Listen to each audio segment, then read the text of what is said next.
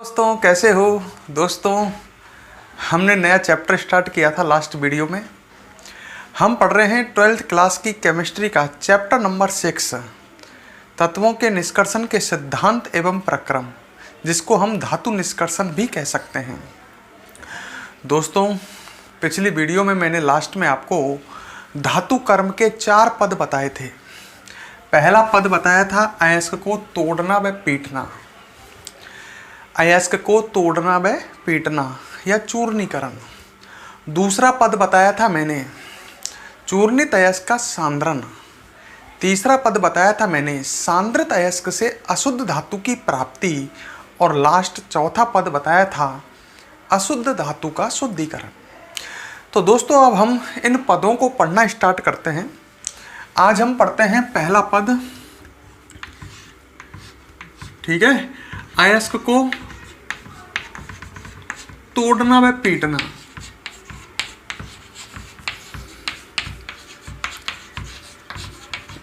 इस पद को चूर्णीकरण भी कहते हैं।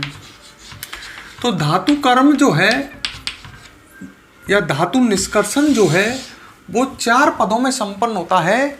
और पहला पद है अयस्क को तोड़ना व पीटना या चूर्णीकरण। अब सुनो मेरी बात को ढंग से। जमीन से जब अयस्क निकलता है, अयस्क खनिजी तो होता है। जमीन से जब अयस्क निकलता है तो वो छोटे बड़े टुकड़ों के रूप में होता है। ढंग से सुनो, जमीन से जब अयस्क निकलता है तो वो छोटे बड़े टुकड़ों के रूप में होता है, ठीक है। अच्छा, एक मशीन होती है जॉ क्रशर। कौन सी मशीन? Jaw crusher. ये जॉ क्रशर, नाम याद रखें, मशीन जो है इसमें इस अयस्क को डाला जाता है। तो ये अयस्कों को ये मशीन क्या करती है, जो ये जमीन से निकला हुआ हमारा ये अयस्क है जो छोटे बड़े टुकड़ों के रूप में है, इसे छोटे छोटे टुकड़ों में विभक्त कर देती है,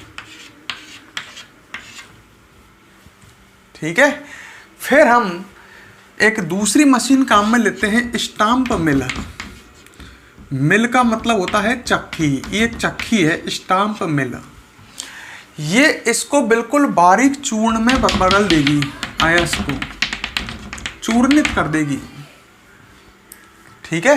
तो इस तरह से अयस्क चूर्णित हो जाता है और हमारा पहला पद कंप्लीट हो जाता है। अब मैं आपसे पूछता हूं तो इस पद में कुल कितनी मशीनें काम आई? तो आप कहोगे 2। पहली कौन सी? Jaw crusher. ये क्या करती है? जमीन से निकले अयस्क के छोटे बड़े टुकड़ों को छोटे छोटे टुकड़ों में विभक्त कर देती है। फिर कौन सी मशीन काम आती है? स्टाम्प मिल या बॉल मिल। ये क्या करती है? ये अयस्क के छोटे छोटे टुकड़ों को पीस करके चूर्णित कर देती है, बारीक पाउडर बना देती है। तो इस तरह से अयस्क चूर्णित हो जाता है। तो आपके समझ में आ गया होगा। एक बार और बोलता हूं मैं, जो हमको लिखना है पहले वो बोल रहा हूं मैं, आप सुनो किस तरह से लिखोगे। समझना, रटना नहीं चैप्टर को। अपन बोलते हैं शुरू, सुनो इसको ढंग से।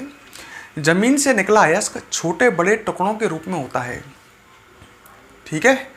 इस अयस्क को जॉ क्रशर नामक मशीन में डाला जाता है। यह मशीन इस अयस्क को छोटे छोटे टुकड़ों में विभक्त कर देती है, ठीक है। अच्छा, फिर क्या लिखोगे? अब इस निर्मित अयस्क को, जो अयस्क छोटे छोटे टुकड़ों के रूप में है, स्टाम्प मिल में पीसा जाता है, जो अयस्क को चूर्णित कर देती है। इस तरह अयस्क चूर्णित हो जाता है, अयस्क का चूर्णीकरण हो जाता है। तो आप लिख सकते हैं। तो ऐसी कोई बात नहीं है कठिन, समझ में समझो, भाषा तो खुद बना लोगे,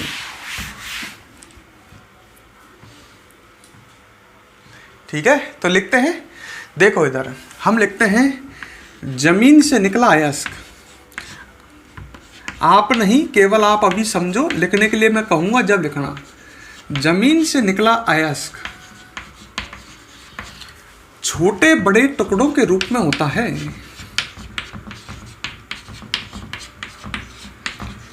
छोटे बड़े टुकड़ों के रूप में होता है।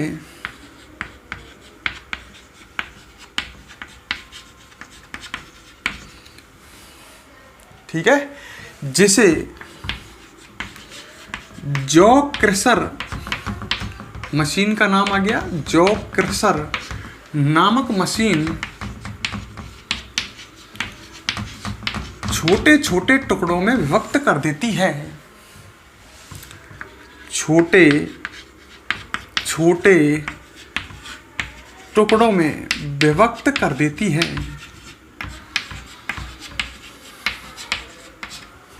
ठीक है, छोटे छोटे टुकड़ों में विभक्त कर देती है। आगे लिखोगे, अब इस निर्मित अयस्क को किस में पीसोगे? स्टाम्प मिल में। अब इस निर्मित अयस्क को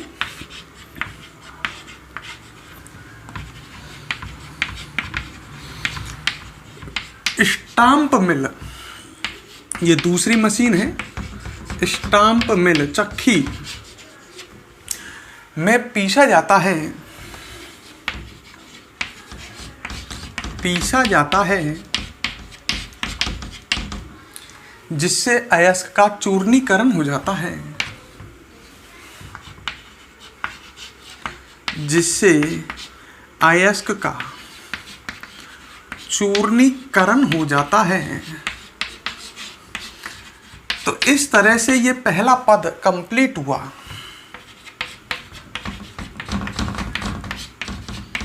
अयस्क का क्या हो गया? चूर्णीकरण। तो इस तरह से ये पहला पद समाप्त हुआ। आपके समझ में आ गया होगा बड़ी इजीली से। मेरी बात सुनो, अब ये चैप्टर थ्योरेटिकल है, न्यूमेरिकल इनमें है नहीं, तो हमारे को समझने पे विशेष गौर करना है। समझ करके पढ़ोगे तो याद होगा। ठीक है, तो एक काम करो, वीडियो को पॉज करके दोस्तों इसे नोट करो, फिर हम आगे बढ़ते हैं फटाफट।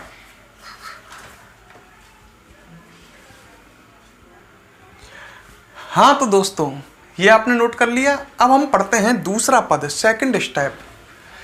जो सेकंड स्टेप है वो है अयस्क का सांद्रण। ठीक है, समझते चलो, चैप्टर आराम से आपको लर्न हो जाएगा। और सेकंड स्टेप क्यों और बढ़े हम, सेकंड स्टेप है अयस्क का सांद्रण। अब इसको ढंग से समझना। देखो, अयस्क चूर्णित हो चुका है। ठीक है भाई, स्टेप बाय स्टेप चलेंगे। अब तक अपन ने अयस्क को चूर्णित कर लिया है। तो जो चूर्णित अयस्क है उसमें मिट्टी, रेत, कंकड़ आदि की अशुद्धियां होती हैं। क्योंकि अयस्क जमीन से निकला और जमीन से निकलते ही आपने डायरेक्ट उसको चूर्णित किया, तो उसमें मिट्टी, रेत, कंकड़ आदि की अशुद्धियां होंगी। समझ गए? उन अशुद्धियों को अयस्क से दूर करना ही क्या कहलाता है? अयस्क का सांद्रण। ठीक है, तो हम लिख सकते हैं चूर्णित अयस्क में, चूर्णित क्यों लिखा मैंने? क्योंकि अयस्क चूर्णित हो चुका है। चूर्णित अयस्क में मिट्टी, कौमा रेत, कौमा कंकड़ आदि की अशुद्धियां उपस्थित होती हैं। आदि की अशुद्धियां उपस्थित होती हैं।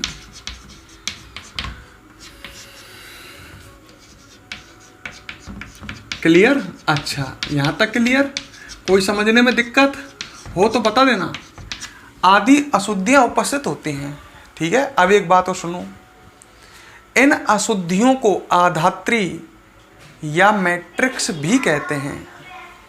कोई पूछ ले अयस्क में मिट्टी, रेत, कंकड़ आदि की अशुद्धियां होती हैं, इन्हें क्या भी कहते हैं? तो हम कह सकते हैं, ढंग से सुनो, इन अशुद्धियों को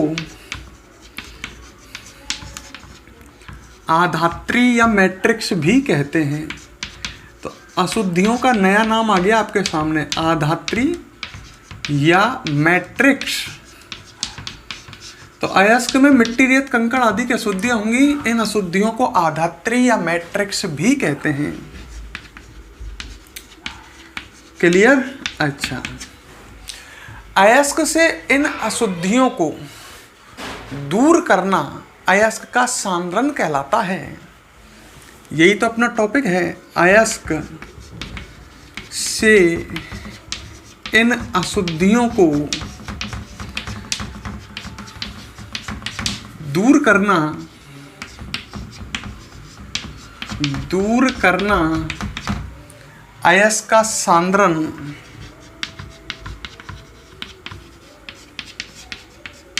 अयस्क का सांद्रण, सज्जीकरण,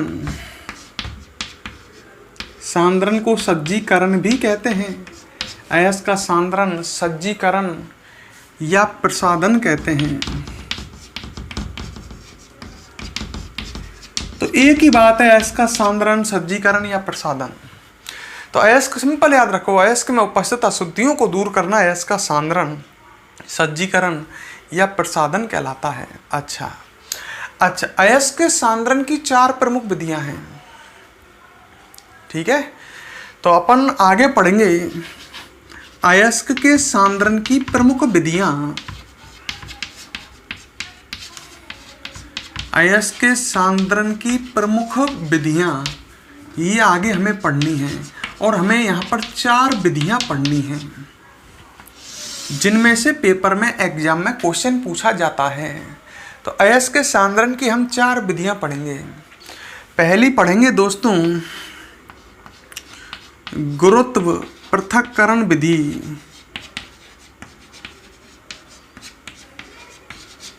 इसको मैं ए डाल देता हूं, पहली विधि है ना। दूसरी पढ़ेंगे हम चुंबकीय पृथक्करण विधि।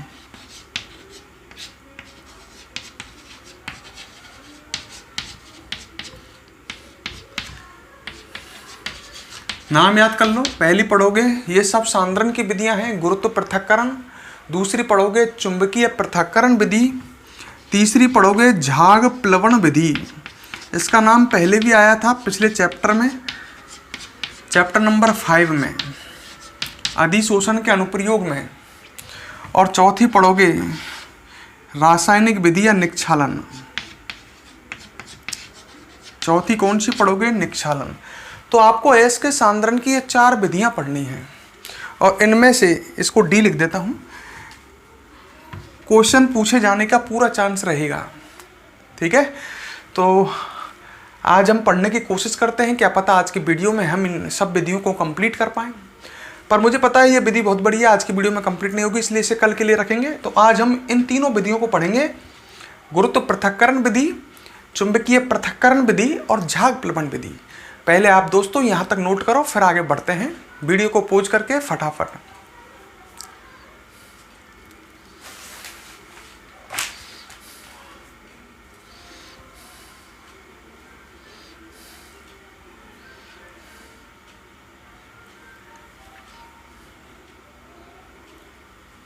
कर लिया नोट? अब आगे देखिए। तो सबसे पहली विधि हम जो पढ़ने वाले हैं वो है नंबर 1 या ए, गुरुत्व पृथक्करण विधि। गुरुत्व पृथक्करण विधि।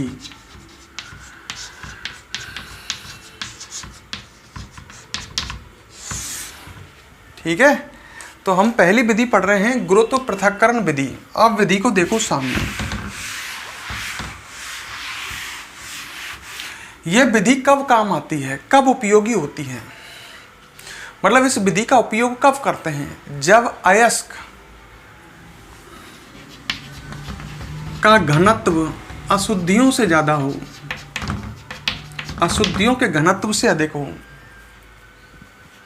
मतलब अयस्क का घनत्व ज्यादा हो, किससे? अशुद्धियों के घनत्व से। भाई अपन को अशुद्धियां दूर करनी है, अयस्क का घनत्व जब अशुद्धियों से अधिक है तो यह विधि काम में लेते हैं। तो यह विधि तब उपयोगी है जब अयस्क का घनत्व अशुद्धियों की तुलना में अधिक हो। क्लियर? पहले बात तो ये याद रखो, अयस्क का घनत्व अधिक है तो अयस्क भारी है। सिंपल भाषा में कहूँ तो किससे? अशुद्धियों से। मतलब अयस्क भारी अयस्क हो और अशुद्धियाँ हल्की हों तो ये विधि काम में ले सकते हो आप। करना क्या है, इस विधि में अयस्क को, जिसमें मिट्टी, रेत, कंकड़ आदि की अशुद्धियाँ हैं, उस अयस्क को या तो ढालू तल पर, ये ढालू तल हो गया, या एक टेबल है बिलफिले टेबल, उस पर ढालू तल पर या बिलफिले टेबल पर। बिलफिले टेबल, बिलफिले टेबल जो होती है, पहले पूरे टॉपिक को सुन लो।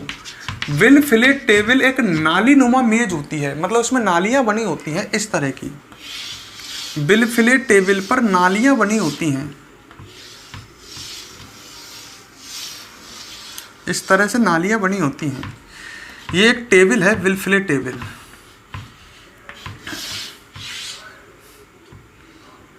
ठीक है, ये एक टेबल है बिलफिले टेबल, इस पर नालियां बनी हुई हैं। तो अयस्क को या तो ढालू तल पर या बिलफिले टेबल पर जल की तेज धारा में प्रवाहित करते हैं। ये अयस्क है आपका, इसको जल की तेज धारा में ढालू तल पर या इस नाली नुमा टेबल पर, जिसे बिलफिले टेबल कह रहे हैं, इसमें इस अयस्क को प्रवाहित करते हैं। ठीक है। अच्छा, अयस्क का घनत्व अधिक है, आपको पहले से ही कह दिया मैंने। तो अयस्क का घनत्व अधिक होने की वजह से, अयस्क भारी होने की वजह से ये तो टेबल पर ही रह जाएगा या ढालू तल पर ही रह जाएगा, जबकि अशुद्धियां बह करके चली जाएंगी। अयस्क तो इन नालियों में फंस जाएगा क्योंकि ये भारी है, धीरे धीरे चलेगा, ये तो गति स्लो करेगा, जबकि अशुद्धियां हल्की हैं, वो बह करके चली जाएंगी। तो इस तरह से अयस्क और अशुद्धियां अलग हो जाएंगी। दोबारा पूरे टॉपिक को सुनो। यह विधि तब उपयोगी है जब अयस्क का घनत्व अशुद्धियों से अधिक हो। इस विधि में अयस्क को ढालू तल पर या बिलफिले टेबल पर जल की तेज धारा में प्रवाहित करते हैं। ठीक है, आगे लिखोगे, अशुद्धियों का घनत्व कम होने के कारण ये तो जल के साथ बह जाती हैं, जबकि अयस्क ढालू तल या बिलफिले टेबल पर शेष रह जाता है, अशुद्धियां तो बह जाती हैं। ठीक है, इस प्रकार अयस्क से अशुद्धियों को दूर कर सकते हैं। क्लियर। अच्छा, अब एक बात और सुनो, यह विधि, ठीक है, अच्छा, यह विधि आयरन व टिन के, आयरन मतलब लोहा और टिन, टिन मतलब एसएन, आयरन व टिन के ऑक्साइड व कार्बोनेट अयस्कों के सांद्रण के लिए प्रयुक्त की जाती है। जैसे मैंने लिखा Fe2O3, ये आयरन का ऑक्साइड अयस्क है, हेमेटाइट, ऑक्सीजन वाला अयस्क है। ठीक है, मैंने लिखा SnO2, ये टिन का ऑक्साइड अयस्क है। तो ये विधि आयरन व टिन के ऑक्साइड अयस्क व कार्बोनेट अयस्कों के सांद्रण के लिए प्रयुक्त की जाती है। ये बात भी आप याद रखोगे। क्लियर। तो अब इसको हम लिख सकते हैं, एक बार लिखते हुए भी समझ लेते हैं। देखो इधर, वहीं से बात स्टार्ट करते हैं। यह विधि तब उपयोगी है, यह विधि तब उपयोगी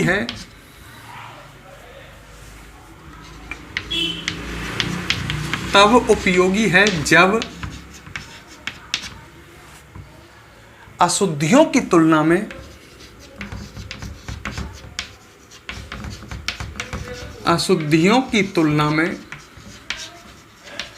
अयस्क का घनत्व अधिक हो। अशुद्धियों की तुलना में अयस्क का घनत्व अधिक हो।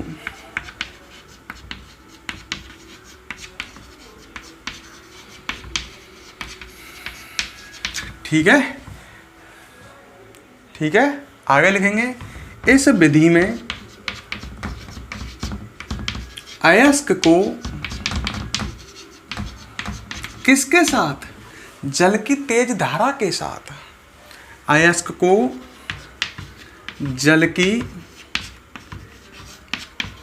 तेज धारा के साथ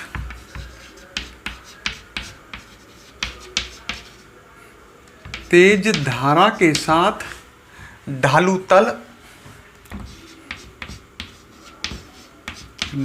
तल या बिलफिले टेबल, कौन सी टेबल? बिलफिले टेबल,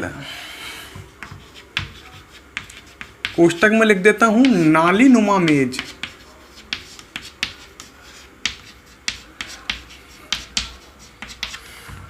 पर प्रवाहित करते हैं।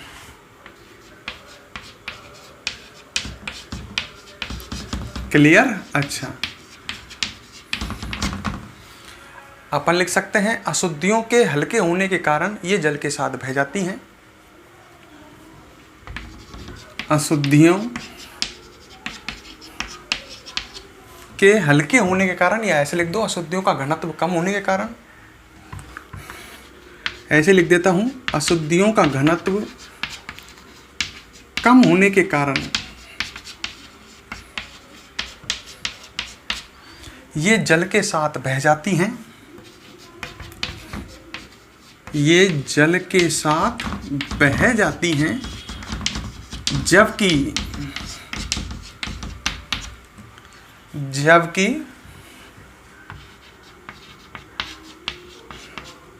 अयस्क ढालू तल या बिलफिलेट टेबल पर शेष रह जाता है।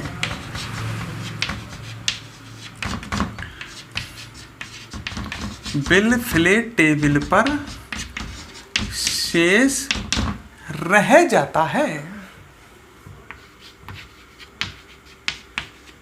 रह जाता है। क्लियर। आगे एक बात और बताई थी मैंने, इस विधि द्वारा, इस विधि को एक नाम से और जानते हैं, पहले उस नाम को सुन लो। इस विधि को द्रव्य धावन विधि भी कहते हैं। नाम दूसरा ध्यान रखना, गुरुत्व पृथक्करण विधि के अलावा क्या नाम से भी जानते हैं? द्रव्य धावन विधि भी कहते हैं।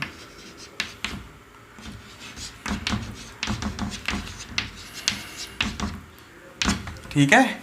और बात मेरी याद रखो, इस विधि द्वारा किसका पृथक्करण, किसका सांद्रण करते हैं? इस विधि द्वारा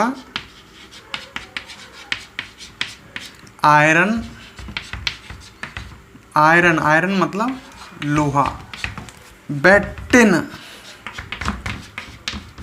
के ऑक्साइड, ऑक्साइड है समझ गए, जिनमें O हो, व कार्बोनेट अयस्क, कार्बोनेट मतलब जिनमें CO3 हो, जैसे FeCO3, तो ऑक्साइड व कार्बोनेट अयस्कों का सांद्रण किया जाता है। अयस्कों का सांद्रण किया जाता है। अब एक काम करो, ये आपने समझ लिया पूरा, वीडियो को पॉज करके फटाफट इसे नोट करो, फिर हम आगे बढ़ते हैं। गर्मी ज़्यादा है, जल्दी करो।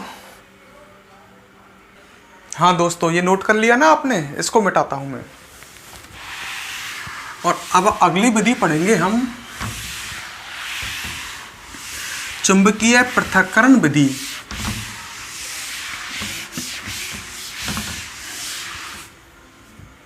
ठीक है। तो दूसरी विधि सांद्रण की, चुंबकीय पृथक्करण विधि।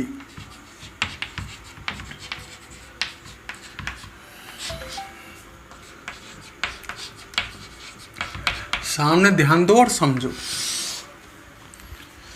तुम्हारे पास मान लो दो अयस्कों का मिश्रण है, ये एक मिश्रण है। कितने अयस्क हैं इसमें? दो, एक तो A और एक B। दो अयस्कों का मिश्रण है। एक अयस्क जैसा है जिसमें चुंबकीय गुण है, और दूसरा अयस्क ऐसा है जिसमें चुंबकीय गुण नहीं है। मतलब दो अयस्कों का मिश्रण है जिसमें से एक अयस्क चुंबकीय गुण रखता है और दूसरा अयस्क चुंबकीय गुण नहीं रखता है।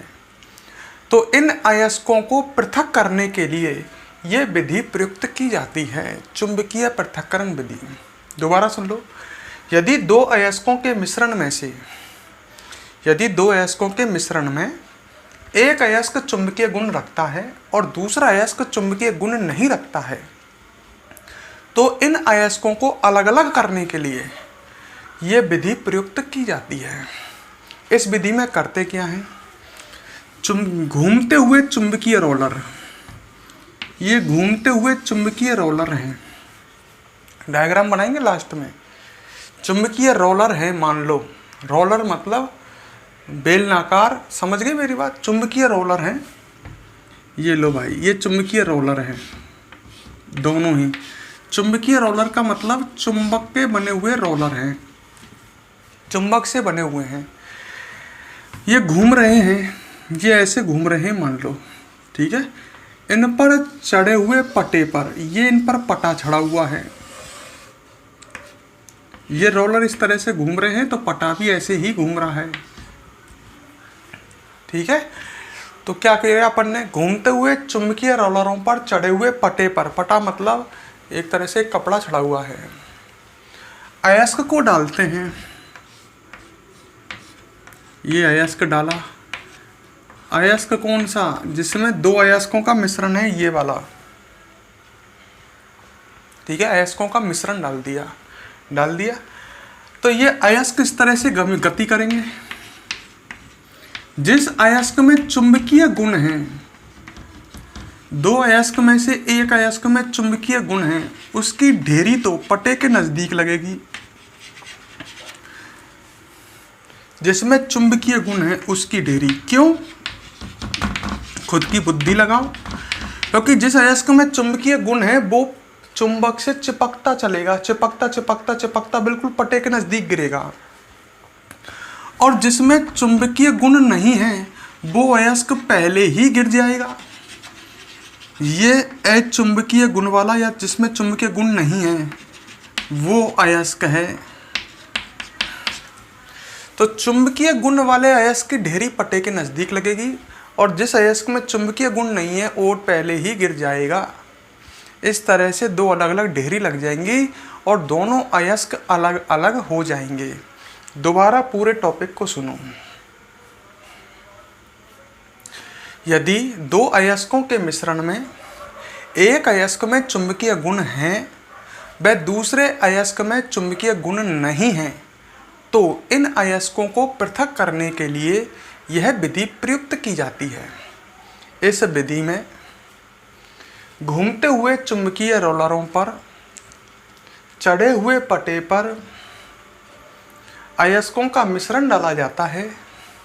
जिस अयस्क में चुंबकीय गुण होते हैं उस अयस्क की ढेरी पटे के नज़दीक लगती है। जिस अयस्क में चुंबकीय गुण नहीं होते हैं वो पहले ही गिर जाता है। इस प्रकार दोनों अयस्क पृथक हो जाते हैं। तो हम लिख लेते हैं ऐसे कि ऐसे, कोई कठिन विधि नहीं है, समझो विधियों को, रटो नहीं। कुछ लड़के तो रटने के लिए बैठे हैं, हिसाब रटाओ नहीं, मैं समझाऊंगा। तो अपन लिखते हैं कौन सी विधि, चुंबकीय पृथक्करण विधि। यदि दो अयस्कों के मिश्रण में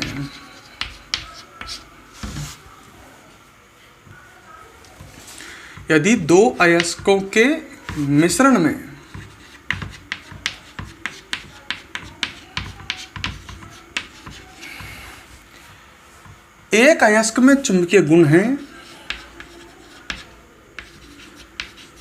एक अयस्क में चुंबकीय गुण है व दूसरे अयस्क में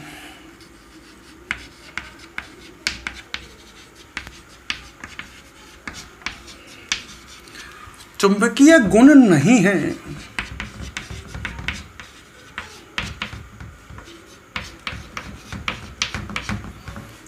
चुंबकीय गुण नहीं है, तो इन अयस्कों को पृथक करने के लिए, इन अयस्कों को पृथक करने के लिए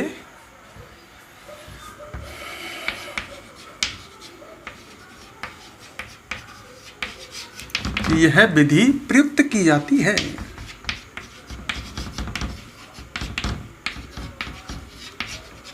प्रयुक्त करते हैं। ठीक है, यहां तक क्लियर। आगे लिख सकते हैं, इस विधि में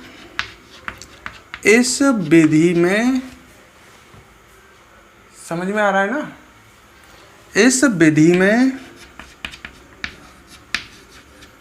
अयस्कों के मिश्रण को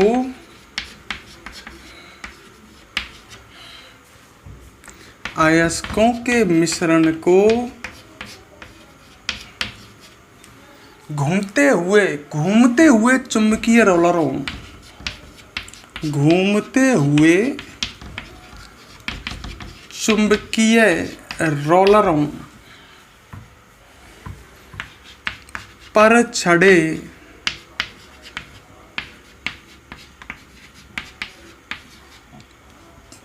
पट्टे पर डाला जाता है।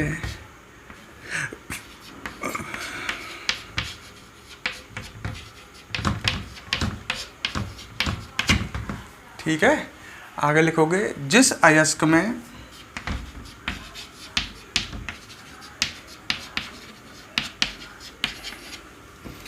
चुंबकीय गुण हैं,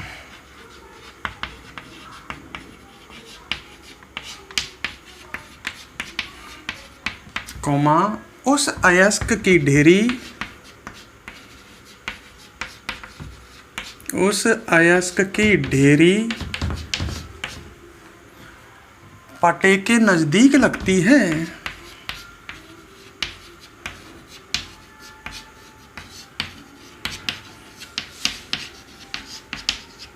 तथा जिस अयस्क में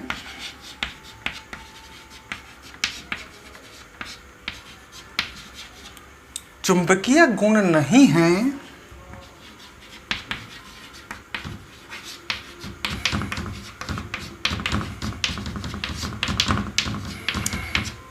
वह पहले ही गिर जाता है।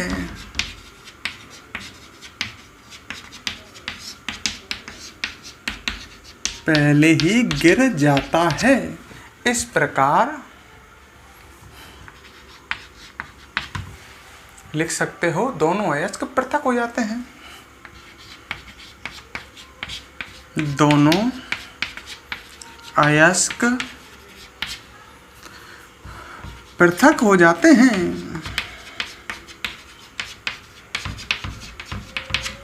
ठीक है। अच्छा, इसमें एक एग्जाम्पल और आपको याद रखना है, जो टिन का अयस्क है, एग्जाम्पल टिन का अयस्क कौन सा, जिसका नाम है कैसीटेराइट। कैसीटेराइट टिन का अयस्क है एक, टिन का कैसीटेराइट, जिसको टिनस्टोन भी कहते हैं। दो नाम है इसका। किस नाम से भी जानते हैं? टिनस्टोन, जिसका फॉर्मूला होता है SnO2। तो टिन का अयस्क है कैसीटेराइट, जिसको टिनस्टोन भी कहते हैं। SnO2 में उपस्थित Fe2O3, ये हेमेटाइट है, आपको जानते होंगे।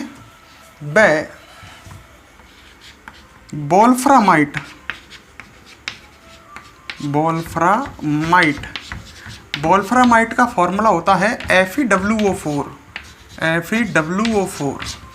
तो जो टिन अयस्क है उसमें ये दोनों अयस्क उपस्थित होते हैं, एक तो हेमेटाइट और एक वोल्फ्रामाइट।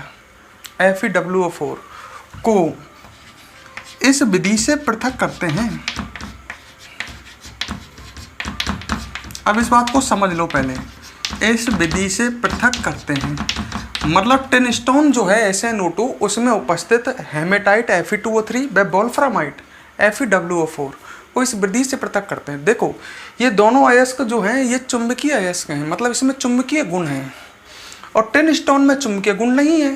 तो इन दोनों अयस्कों की ढेरी पटे के नज़दीक लगेगी, हेमेटाइट की और वोल्फ्रामाइट की, और टिनस्टोन की ढेरी लगेगी पटे से दूर। तो इस तरह से ये दोनों अयस्क टिनस्टोन से पृथक हो जाएंगे। इसका एक डायग्राम और बनाना है हमें, तो उससे पहले दोस्तों पहले इसे नोट कर लो, फिर डायग्राम बनाएंगे हम। फटाफट नोट करो वीडियो को पॉज करके। हाँ दोस्तों, ये आपने नोट कर लिया। अब इसका डायग्राम और बना लेते हैं इस विधि का, चुंबकीय पृथक्करण विधि का। देखो डायग्राम, अभी थोड़ी देर पहले भी मैंने इसका डायग्राम बनाया था, पेपर में आती है तो डायग्राम भी बनाना है आपको। ठीक है, तो देखो इसका डायग्राम, ये दो रोलर हैं, एक रोलर ये हो गया और एक रोलर ये हो गया। ठीक है, दो रोलर हैं,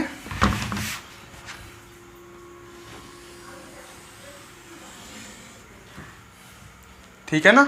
अच्छा, ये दोनों रोलर घूम रहे हैं इस तरह से, चुंबकीय रोलर हैं ये, ठीक है, इस तरह से घूम रहे हैं। अच्छा, ये इन पर पटा चढ़ा हुआ है,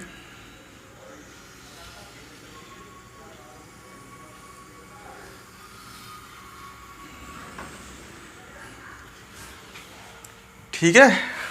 तो लिख देते हैं, ये तो हो गए चुंबकीय रोलर,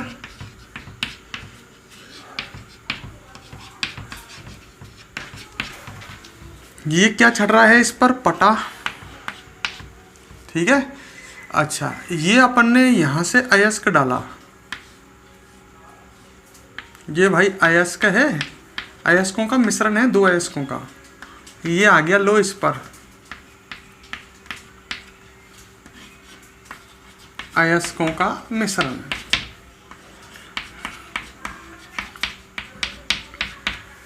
ये मिश्रण यहां से चला इस तरह से,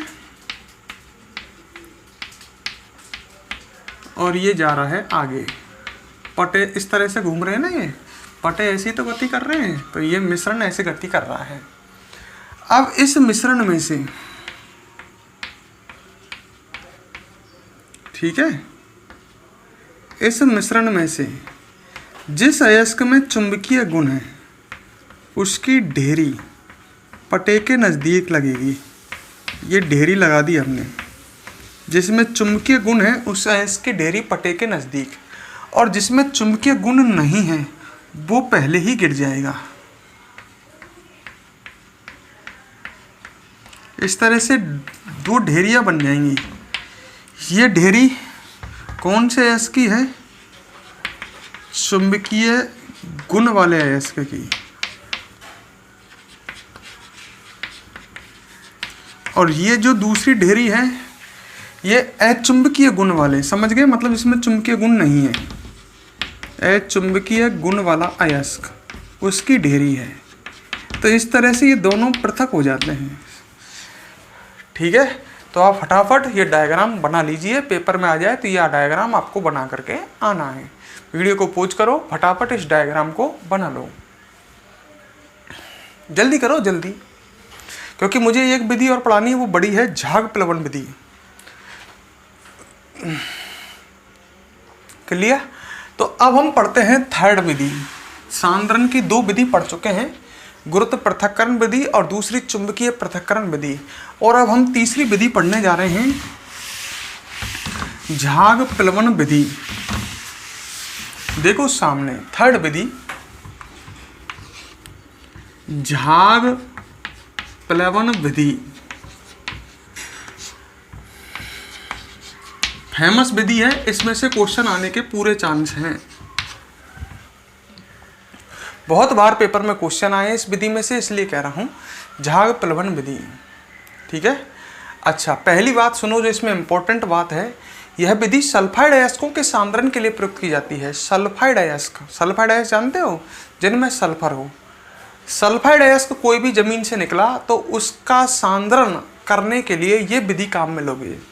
तो पहली बात ही इंपॉर्टेंट है, यह विधि सल्फाइड अयस्कों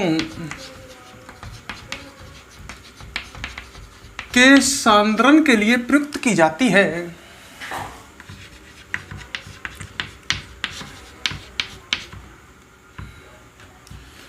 क्लियर। तो पहली लाइन याद कर लो खूब ढंग से, ये विधि किसके सांद्रण के लिए काम आती है, सल्फाइड अयस्कों के सांद्रण के लिए प्रयुक्त की जाती है,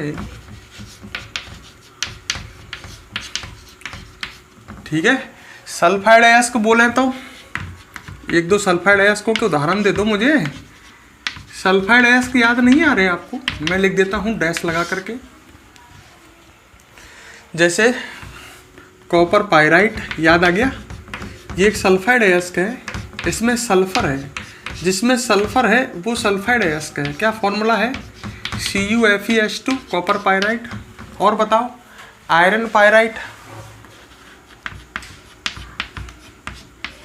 फॉर्मूला बताओ, याद कराए थे मैंने, FeS2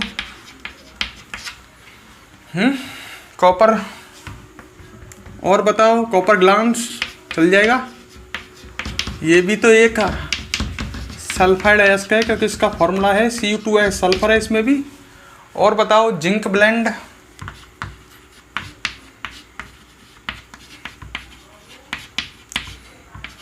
क्या फॉर्मूला है? Zns। और बताओ, एक याद रख लेना, गैलेना, पहली बार बता रहा हूँ, ये लेड धातु का, लेड मतलब पीवी धातु का सल्फाइड अयस्क है, PVS इसका फॉर्मूला है।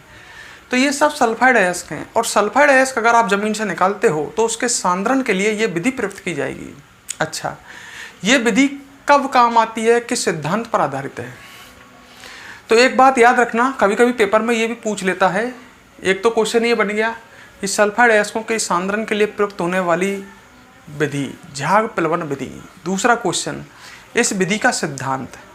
यह विधि इस सिद्धांत पर काम करती है कि जो सल्फाइड अयस्क हैं वो तेल से जल्दी भीगते हैं, जबकि अशुद्धियां जो होती हैं मिट्टी रेत कंकड़ की, वो जल से जल्दी भीगती हैं। इस सिद्धांत का ही इस विधि में फायदा उठाया जाता है। मतलब सल्फाइड अयस्कों में क्या खासियत होती है कि वो तेल से जल्दी, देखो तेल और जल दोनों ही लिक्विड हैं, दोनों ही पदार्थों को भिगोते हैं। तो सल्फाइड अयस्क जो है वो तेल से जल्दी भीगते हैं, जबकि अशुद्धियां जल से जल्दी भीगती हैं। तो यह विधि इस सिद्धांत पर काम करती है। हम लिख सकते हैं यह विधि इस सिद्धांत पर कार्य करती है। अभी सिद्धांत बताया था मैंने, यह विधि इस सिद्धांत पर कार्य करती है कि सल्फाइड अयस्क, कौन से अयस्क? सल्फाइड अयस्क तेल से जल्दी भीगते हैं। आप भी याद कर लो इसको, सल्फाइड अयस्क तेल से जल्दी भीगते हैं, जबकि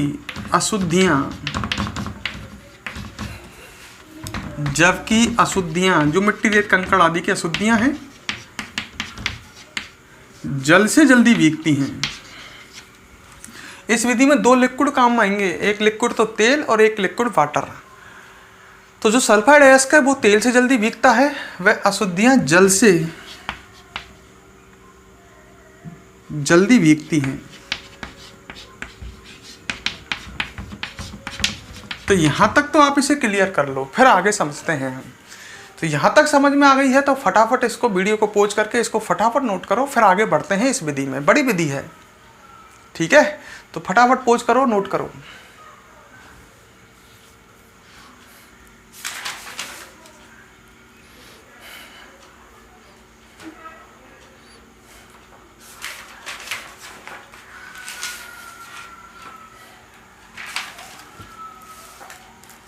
ठीक है, कर लिया नोट?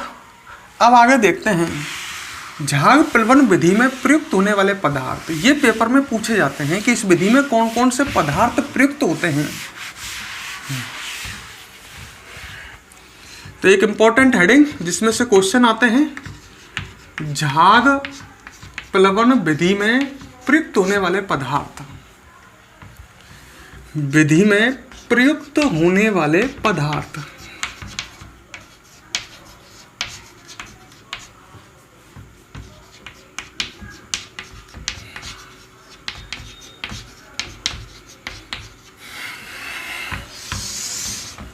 ठीक है, तो पहला है झाग कारक। ढंग से एक एक को सुनो।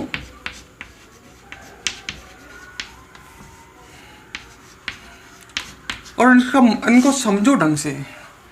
तो इस विधि में एक पदार्थ प्रयुक्त होता है झाग कारक। झाग कारक क्या होता है? जो झाग बनाता है। नाम से लग रहा ना, झाग कारक, झाग बनाने वाला। और झाग किसके साथ बनता है? तुम पानी में झाग बनाते होंगे, तो झाग बनाने के लिए वायु भी चाहिए भाई। अंदर तो वायु होती है झाग के अंदर, अरे बुलबुला, झाग के अंदर वायु होती है। तो ये पदार्थ जो हैं झाग कारक, ये पदार्थ वायु के साथ, बिना वायु के झाग नहीं बन सकते। वायु के साथ स्थायी, स्थायी मतलब मजबूत, झाग बनाते हैं।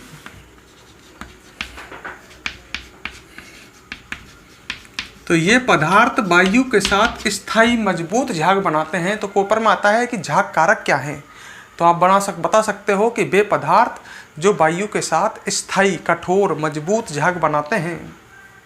इसके एग्जाम्पल चीड़ का तेल। मैंने आपसे अभी थोड़ी देर पहले कह रहा था इस विधि में तेल काम आता है। तो जो तेल है वो झाग बनाने वाला झाग कारक होता है। चीड़ का तेल, यूकेलिप्टस का तेल, ये आप कोई भी काम में ले सकते हो। यूकेलिप्टस का तेल, यूकेलिप्टस बोलते हैं नीलगिरी को, यूकेलिप्टस का तेल। और बोलें तो खाद्य तेल, खाद्य तेल को बसीय तेल भी कह सकते हैं। खाद्य तेल होते हैं जो अपन भोजन में सेवन करते हैं, सरसों मूंगफली आदि का तेल, इन्हें बसीय तेल भी कह सकते हैं। तो इस विधि में हम चीड़ का तेल, यूकेलिप्टस का तेल या खाद्य तेल काम में लेते हैं। ये झाग बनाते हैं वायु के साथ स्थायी झाग। तो झाग कारक आप क्लियर कर लो। दूसरा पढ़ोगे आप झाग स्थायी कारक। नाम से लग रहा है झागों को स्थायी बनाने वाले पदार्थ। स्थायी मतलब मजबूत। तो दोस्तों अब बात करते हैं झाग स्थायी कारक। दोस्तों ये पदार्थ क्या करते हैं, झागों को स्थायी और अधिक मजबूत बनाते हैं। देखो चीड़ के तेल के या यूकेलिप्टस के तेल के या खाद्य तेल के जो झाग हैं वो मजबूत तो होते हैं, उनको और अधिक स्थायी बनाते हैं। नाम से लग रहा है झाग स्थायी कारक। तो हम कह सकते हैं ये पदार्थ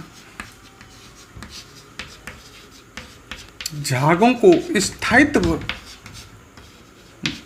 प्रदान करते हैं, मतलब और मजबूत कर देते हैं। झागों को इतना मजबूत कर देते हैं कि वो फूटे ही नहीं। समझ गए मेरी बात। एग्जाम्पल है इसके एनिलीन व क्रिसॉल। पेपर में पूछे जाते हैं, ढंग से समझ लेना। एनिलीन व क्रिसॉल ये जो हैं ये दोनों ही झाग स्थायी कारक हैं। एनिलीन व क्रिसॉल। और नंबर थर्ड, झाग प्लवन विधि में प्रयुक्त होने वाले दो पदार्थ देखे, झाग कारक जो झाग बनाते हैं, झाग स्थायी कारक जो झागों को मजबूत बनाते हैं। नंबर 3 है प्लवन कारक। इन्हें संग्राही भी कहते हैं। किस नाम से भी जानते हैं, संग्राही। प्लवन कारक क्या होते हैं, प्लवन का मतलब होता है तैरना। प्लवन कारक मतलब एक तरह से तैराने वाले। तो प्लवन कारक क्या करते हैं, ये सल्फाइड अयस्कों को जल प्रतिकर्षी बना देते हैं। जो सल्फाइड अयस्क है उसको जल प्रतिकर्षी बना देते हैं। ये मतलब सल्फाइड अयस्कों को ऐसा कर देते हैं कि वो जल से प्रतिकर्षण करता है। जब जल से ये प्रतिकर्षण करेगा सल्फाइड अयस्क, तो फिर ये जल की सतह पर तैरता है। अरे मान लो कोई भी चीज़ जल से प्रतिकर्षण रखेगी तो वो जल से तैरेगी, जल पर तैरेगी। अगर प्रतिकर्षण नहीं रखेगी, आकर्षण रखेगी, तो जल उसे डुबो लेगा। तो प्लवन कारक क्या करते हैं, एक तरह से सल्फाइड अयस्क को तैराते हैं। कैसे तैराते हैं, उन्हें जल प्रतिकर्षी बना करके। तो हम कह सकते हैं ये पदार्थ सल्फाइड अयस्कों को जल प्रतिकर्षी बनाकर जल की सतह पर तैराते हैं। ठीक है, तो ये बात लिख सकता हूं मैं, ये पदार्थ सल्फाइड अयस्कों को कैसा बना करके, ढंग से डेफिनेशन याद कर लेना। सल्फाइड अयस्कों को जल प्रतिकर्षी बना देते हैं जिससे वे जल पर तैर सकें, जिससे वे कहां तैर सकें, जल पर, जल पर तैर सकें। अब उदाहरण है इसका सोडियम एथिल जेंथेट। सोडियम एथिल जेंथेट ये जो पदार्थ है ये भी झाग प्लवन विधि में काम आता है। और इसका काम क्या है, ये सल्फाइड अयस्कों को जल प्रतिकर्षी बना देता है जिससे वो जल पर तैर सके। तो तैराने का काम करता है ये सल्फाइड अयस्कों को, प्लवन कारक। तो 3 पदार्थ हम पढ़ चुके हैं, 2 पदार्थ और देखेंगे अभी। ठीक है, एक पदार्थ देखेंगे हम सक्रिय कारक और एक अवनमक। चलो इनको भी बता देता हूँ। चलो नेक्स्ट, पहले इसको नोट कर लो, फिर आगे देखते हैं। फटाफट वीडियो को पॉज करके दोस्तों इसे नोट करो, फटाफट, वीडियो लॉन्ग होती जा रही है। नंबर 4,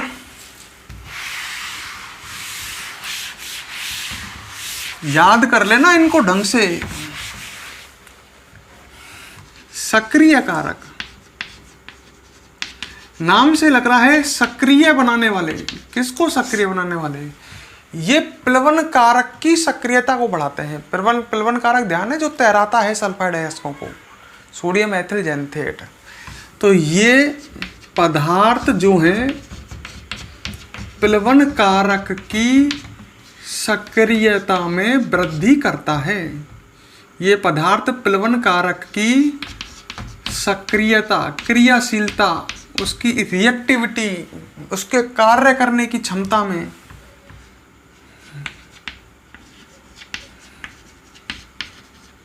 ये लिख देता हूँ। ये पदार्थ ऐसे लिख दो, कोई दिक्कत नहीं है।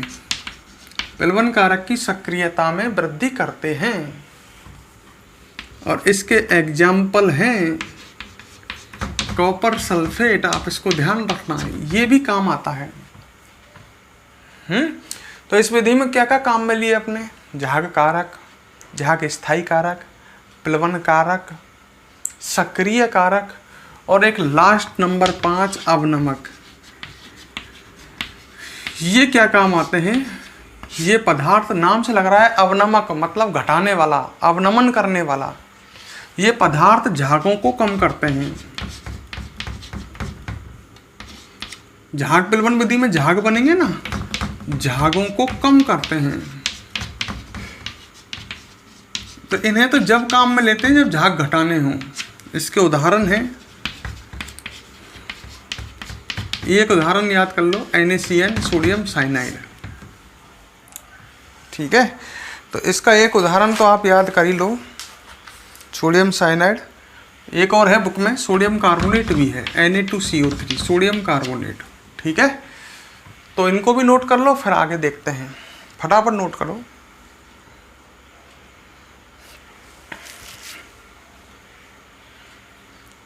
अभी तक हमने झाग प्लवन विधि नहीं पढ़ी है, हमने केवल ये पढ़ा है कि झाग प्लवन विधि में से झाग प्लवन विधि से सल्फाइड अयस्कों का सांद्रण करते हैं। झाग प्लवन विधि के सिद्धांत पर काम करती है, ये भी पढ़ी है हमने। सिद्धांत याद है? सल्फाइड अयस्क तेल से जल्दी भीगते हैं और अशुद्धियाँ जल से जल्दी भीगती हैं। इस विधि में प्रयुक्त होने वाले पदार्थों का जिक्र किया। ठीक है, अब इस विधि को पढ़ते हैं लास्ट में जाकर के। ठीक है ना, ये नोट कर लिया पॉज करके? नहीं किया फटाफट कर लो। अब देखते हैं इस विधि को पढ़ते हैं हम। तो एक बार इसको समझो पूरे को, मैं डायग्राम से समझाता हूं। ठीक है, इस विधि में एक लोहे का आयताकार टैंक काम में लेते हैं। पीछे लिखाऊंगा, पहले डायग्राम से समझा रहा हूं। ये लोहे का एक बड़ा सा आयताकार टैंक इस विधि में काम में लिया जाता है। ठीक है, इस विधि में लोहे का एक बड़ा आयताकार टैंक प्रयुक्त करते हैं जिसमें जल भरा होता है। तो हम कह सकते हैं इस विधि में जल से भरा हुआ लोहे का बड़ा आयताकार टैंक प्रयुक्त करते हैं। कर लिया? अच्छा, इस विधि में अब क्या करते हैं? इस लोहे से, इस जल से भरे हुए टैंक में सल्फाइड अयस्क डाला जाता है सबसे पहले, जिसमें अशुद्धियां हैं। तो सल्फाइड अयस्क जब इसमें डालोगे आप, तो वो सल्फाइड अयस्क इसमें निलंबक विलयन बना लेगा। निलंबन विलयन ध्यान है, बड़े बड़े कणों वाला विलयन। तो इसमें इस जल से भरे हुए पात्र में सल्फाइड अयस्क प्रयुक्त करते हैं जो निलंबन विलयन बना लेता है। क्लियर? तो 2 बात बोली मैंने। इस विधि में जल से भरा हुआ लोहे का एक बड़ा आयताकार टैंक प्रयुक्त करते हैं जिसमें सल्फाइड अयस्क डाला जाता है जो निलंबन विलयन का निर्माण कर लेता है। ठीक है? अच्छा, अब इस विलयन में सब चीज़ें डाली जाएंगी। वे 5 पदार्थ बताए थे ना, अब उनको डालेंगे। निलंबन विलयन बन चुका है। तो इसमें अब क्या क्या डालते हैं देखो इधर, ये लो भाई, सब चीजें डलेंगी यहां से। क्या जो भी है सब कुछ यहीं से डला है इसमें। अयस्क, तेल, तेल समझ गए होंगे। अब मैं झाग कारक लिख देता हूं। झाग कारक है, झाग स्थायी कारक, प्लवन कारक,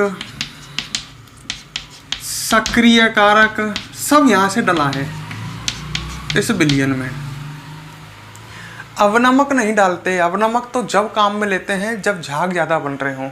तो अयस्क और ये 4 पदार्थ इसमें डाले। अच्छा, इसमें एक काम और करते हैं, इधर ढंग से देखना बड़े ध्यान से। मैं क्या बनाने जा रहा हूं इसको ढंग से देख लो।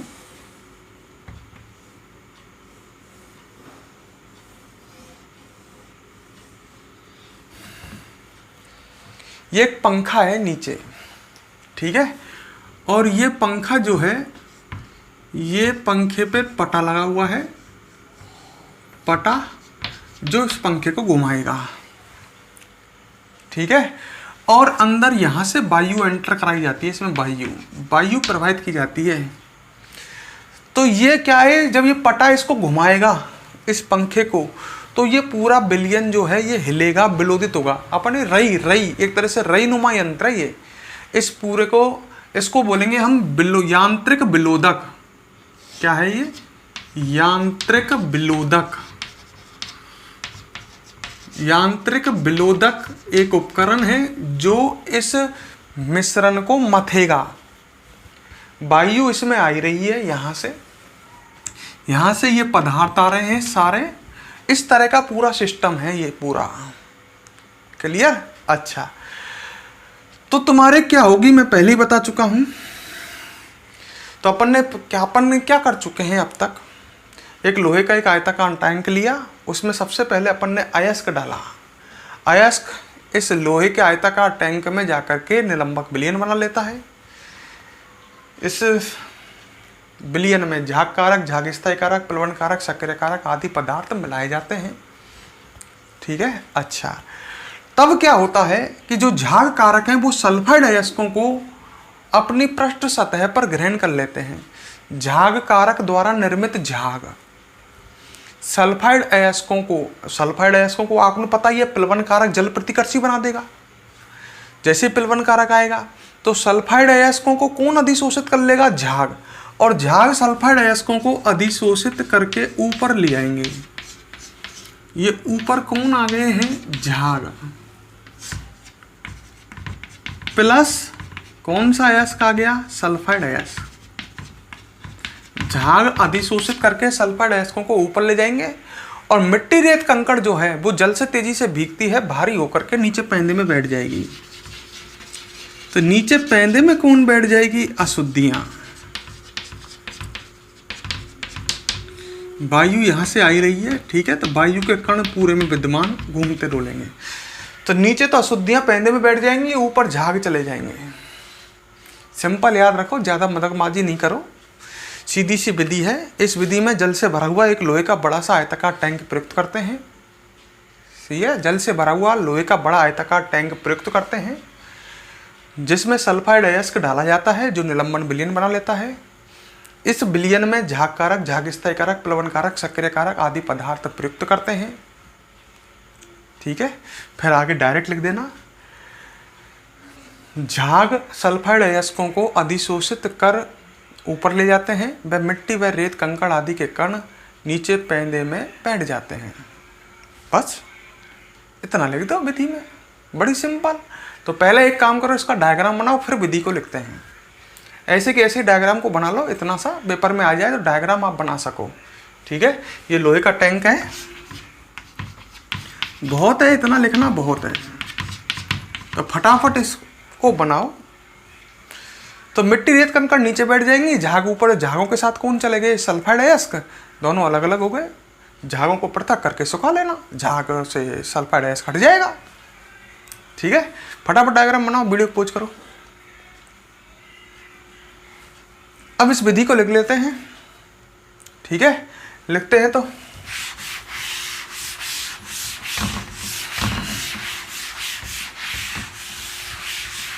फटाफट लिख देता हूं मैं इसमें। हाँ, तो इस विधि में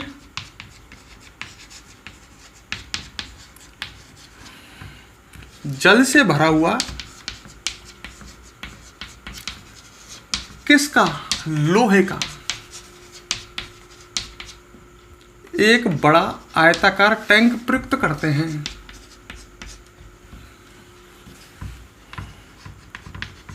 आयताकार टैंक, जो बोला है वैसे की वैसे लिख रहा हूं मैं। आयताकार टैंक प्रयुक्त करते हैं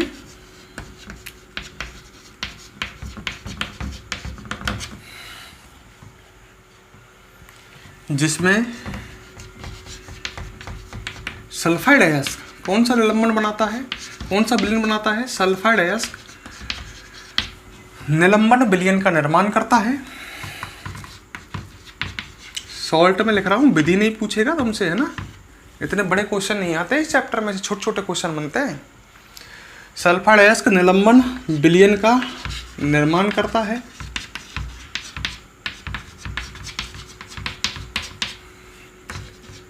ठीक है, आगे लिख सकते हो, इस टैंक में या इस विलयन में लिख दो, झाग कारक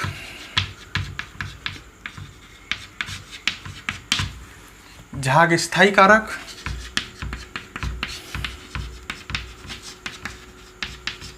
प्लवन कारक सक्रिय कारक प्रयुक्त करते हैं।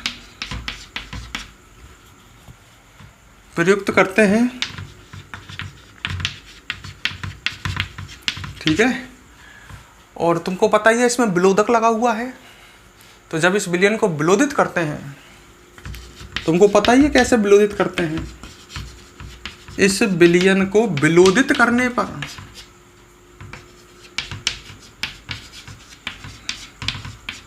वो पंखा घूमेगा ना, विलोदित करने पर झाग सल्फाइड अयस्कों को अधिशोषित कर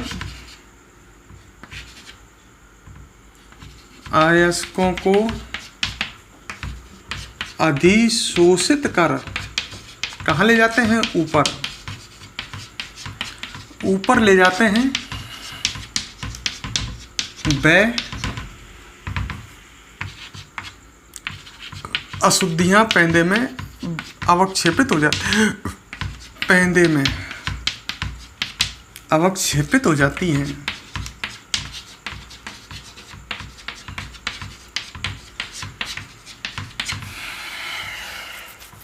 ठीक है, एक लाइन और लास्ट में याद रखें मेरी तरफ से। NaCN जो है, NaCN ध्यान है आपको, अवनमक है, भूल गए, याद है NaCN। इसका एक काम और है, समझ लो पहले।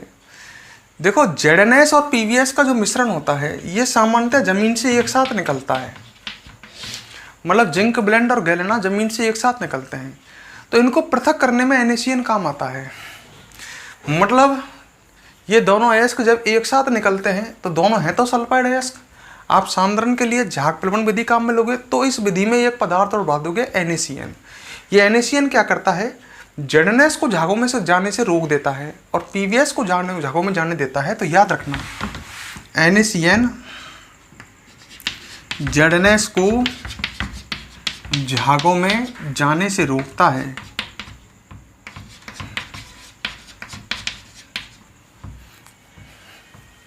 ठीक है, मतलब झागों पर अधिशोषित होने से रोकता है,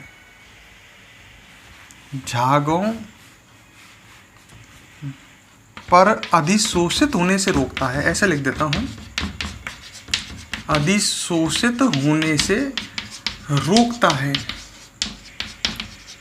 एक लाइन लिखी हुई है अपने बुक में इसलिए, जबकि PbS को झागों में जाने देता है। समझ गए? मतलब पीवीएस को तो ये अधिशोषित होने देगा, तो पीवीएस तो कहाँ चला जाएगा? ऊपर, और जेडएनएस को झागों पर अधिशोषित नहीं होने देगा। तो इस तरह से जेडएनएस और पीवीएस दोनों पृथक हो जाते हैं। तो कोई आपसे पूछ ले जेडएनएस और पीवीएस को पृथक करने के लिए एनएसीएन कैसे क्या काम करता है, क्या करता है, तो आप बता सकते हो एनएसीएन जो है जेडएनएस और पीवीएस के मिश्रण में से जेडएनएस को झागों में जाने से रोकता है, जबकि पीवीएस को झागों में जाने देता है। इस तरह से दोनों अयस्क पृथक हो जाते हैं। तो लास्ट में एक बात लिखी है, इसको भी वीडियो को पॉज करो, नोट करो। अरे पॉज करो, नोट करो। दोस्तों अगर वीडियो पसंद आई हो तो लाइक और कमेंट जरूर कर देना, ठीक है। अब हम आपसे नेक्स्ट वीडियो में मिलते हैं। ये वीडियो लंबी हो गई है थोड़ी सी, है ना, कोई बात नहीं।